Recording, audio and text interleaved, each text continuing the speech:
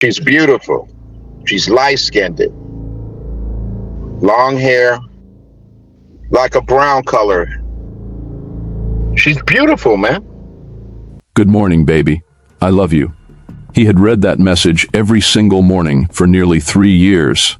He woke up for it. He worked 12-hour days for it. He sent money, week after week, because of it. And the woman behind those words? She didn't exist. But by the time anyone could prove that, a man named Mike had already handed over what investigators estimate could be upwards of $30,000 to $60,000 to someone sitting in Lagos, Nigeria, who had never once shown him their real face. This is not a story about a foolish man. This is a story about a brilliantly constructed trap. One that used loneliness as its foundation, stolen photographs as its bait, and a fake military identity as its alibi. And if you think you would have seen it coming, stay with us. Because the people who fall for this are often the most hardworking, the most giving, the most emotionally honest people alive. You're watching The Scam Anatomy, where we break down how fraud actually works, not just what it looks like. If this kind of investigation matters to you, subscribe. Someone you know may need this. Meet Mike. He gets up at 4 in the morning. By 5, he's already on the road. He logs rideshare shifts that stretch 12 hours, sometimes more, 7 days a week.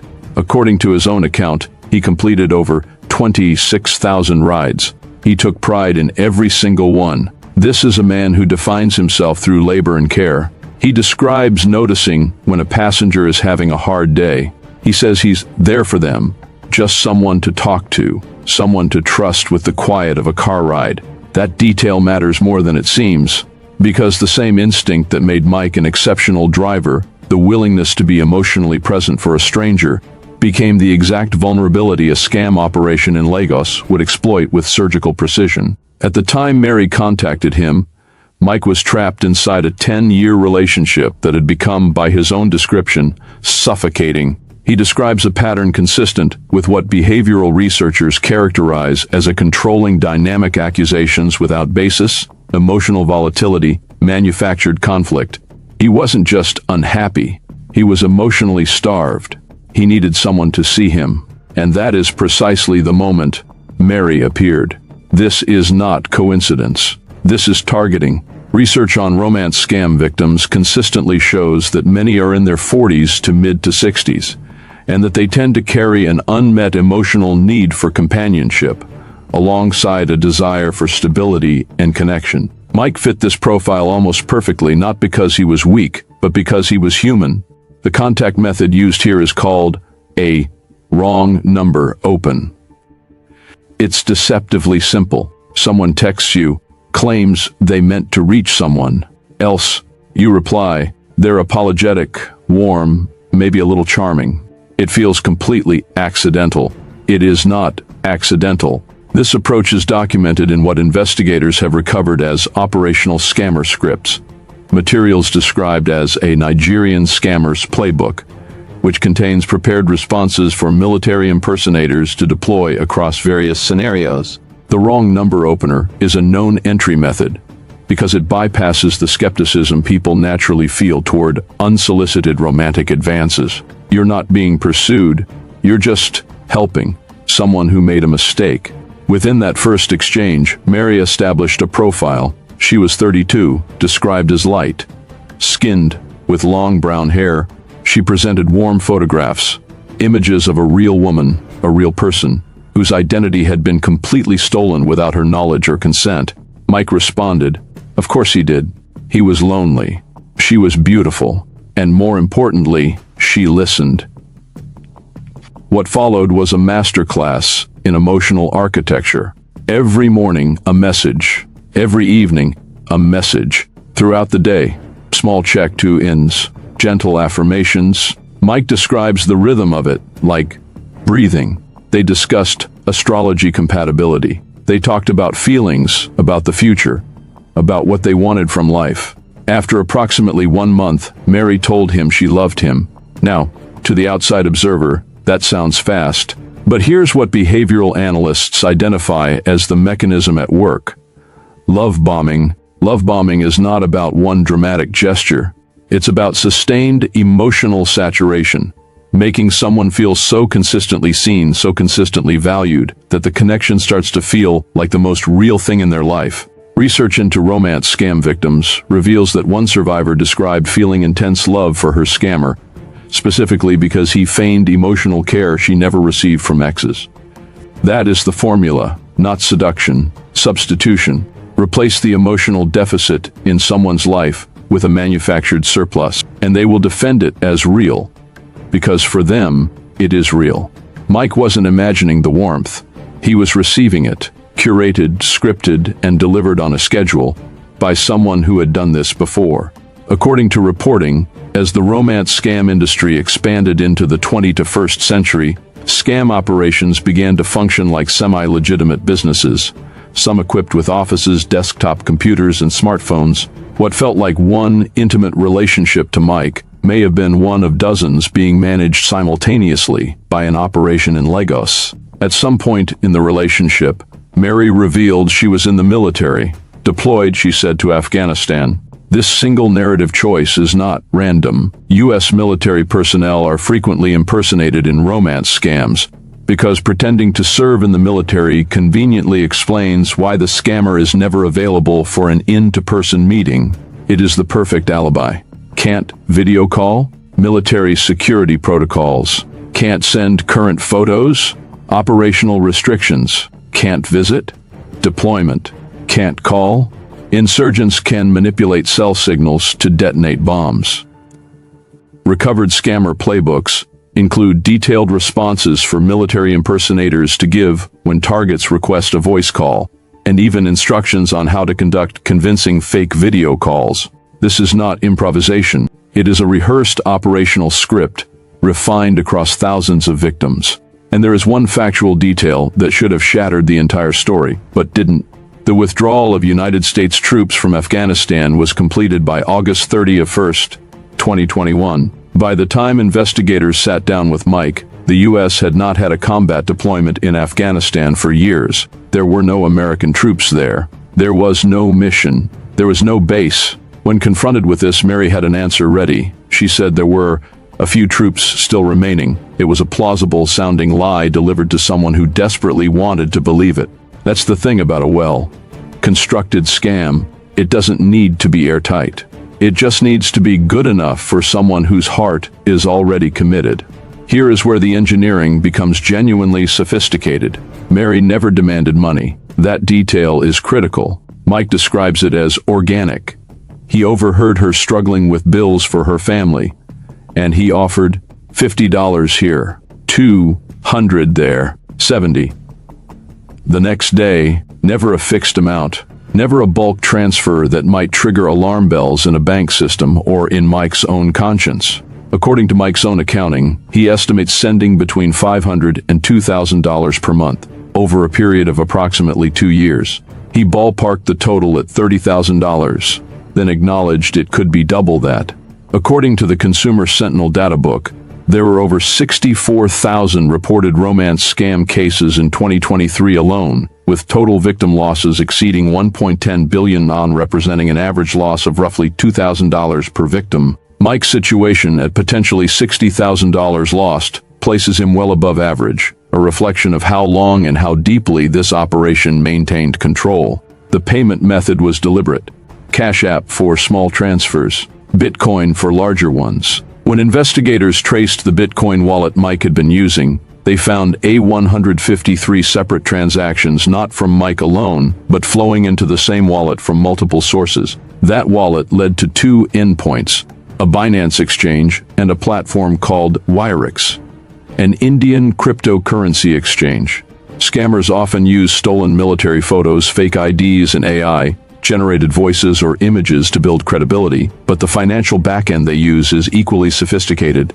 Cryptocurrency allows funds to cross international borders without traditional banking oversight, and routing through exchanges in India creates additional distance between the victim's money and any identifiable criminal actor. The funds were being laundered systematically by people who had done this before. When investigators reviewed Mike's actual chat history with Mary, they noticed something striking. Mike's messages were emotional, detailed, layered.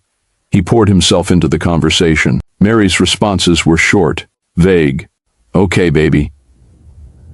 Thanks, honey. 3. Letter replies to paragraphs of feeling. This is a signature pattern of scam operations managing multiple victims simultaneously. Scammers operating in these networks are trained to catfish, to pretend to be other people online, seduce targets, win their trust, and eventually convince them to send money. When you're running multiple targets, you can't write meaningful responses to every emotional message. You keep it minimal and warm. You let the victim's own emotional investment fill in the gaps. Mike noticed it on some level.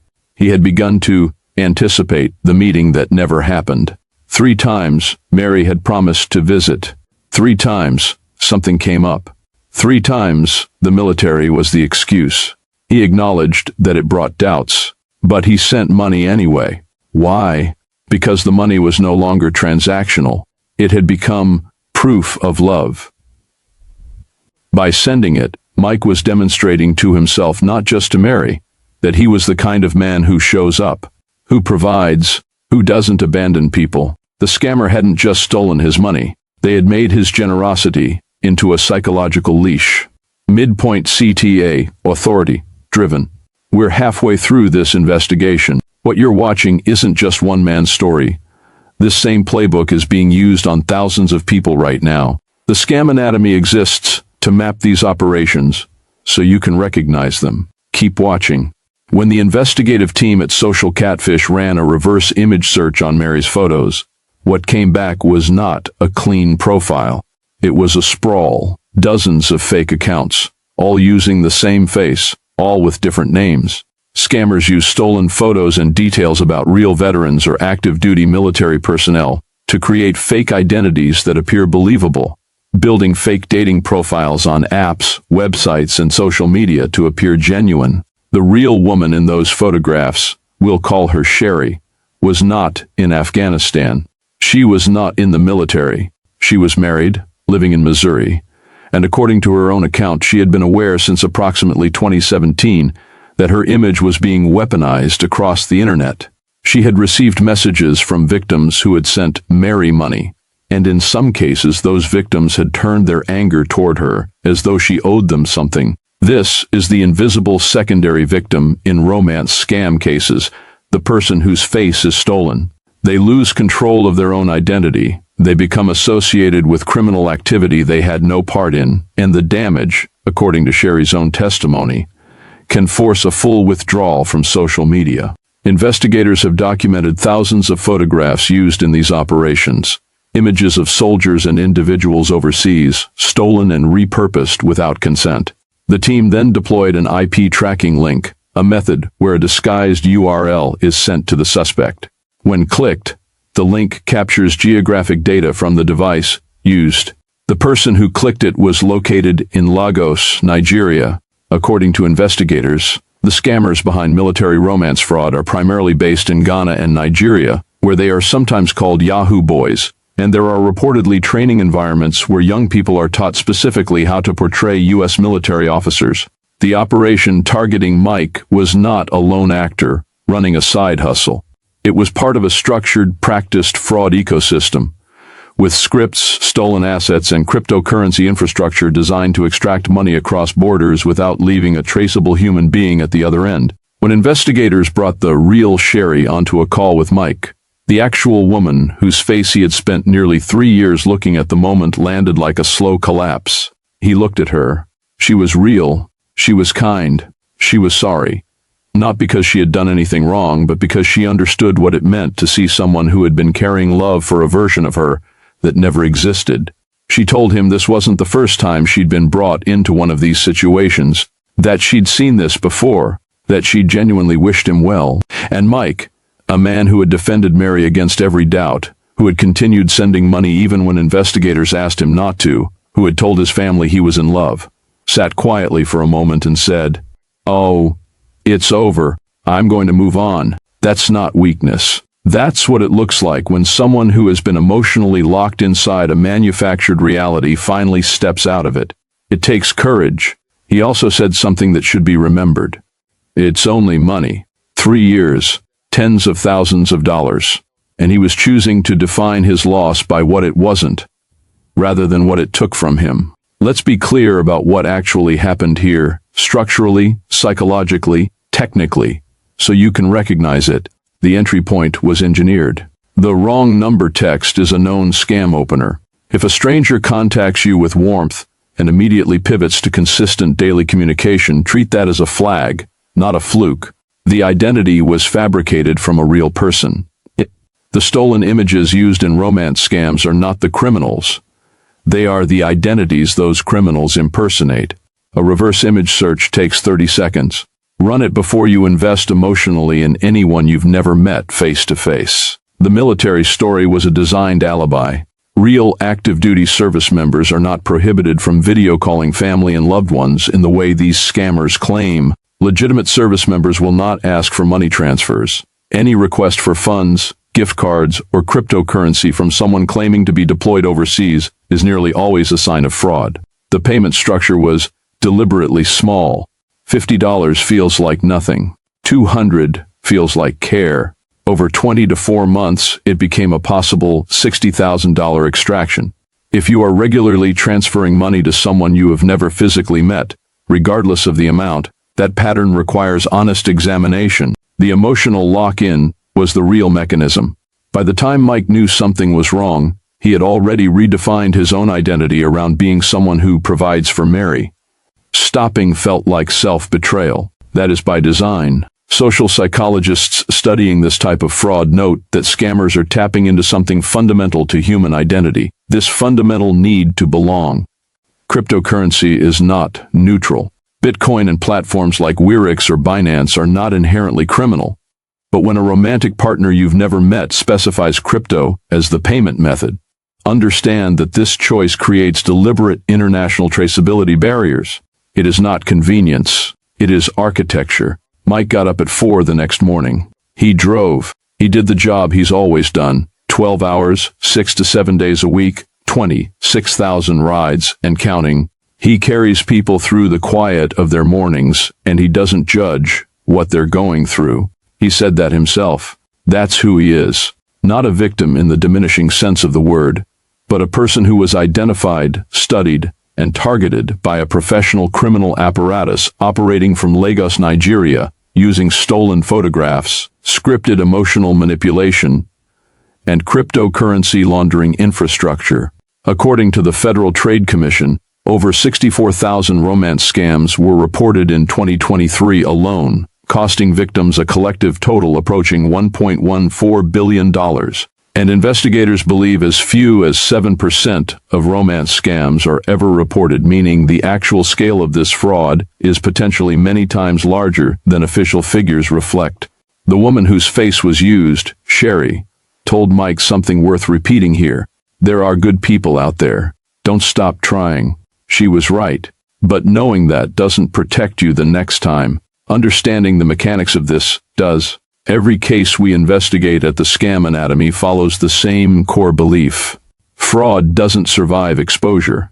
The more people understand how these operations are structured, how targets are chosen, how trust is manufactured, how money is moved, the harder it becomes to run them. Mike's story isn't unique. His vulnerability is. The question isn't, would you fall for this? The question is, do you know someone who might, and do they know what to look for? Share this, not as a warning, as a tool, because the best defense against a scam that lives in the dark is the moment someone turns on the light.